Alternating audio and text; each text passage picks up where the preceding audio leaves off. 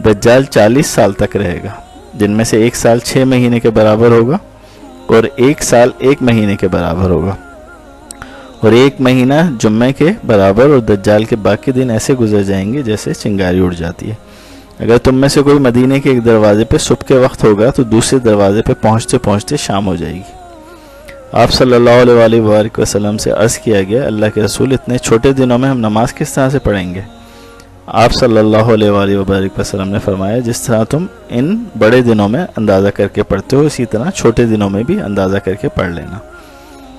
रसूलुल्लाह सल्लल्लाहु अलैहि वसल्लम ने फरमाया, ईसा अलैहिस्सलाम मेरी उम्मत में एक आदिल हाकिम और मुनसिफ इमाम होंगे।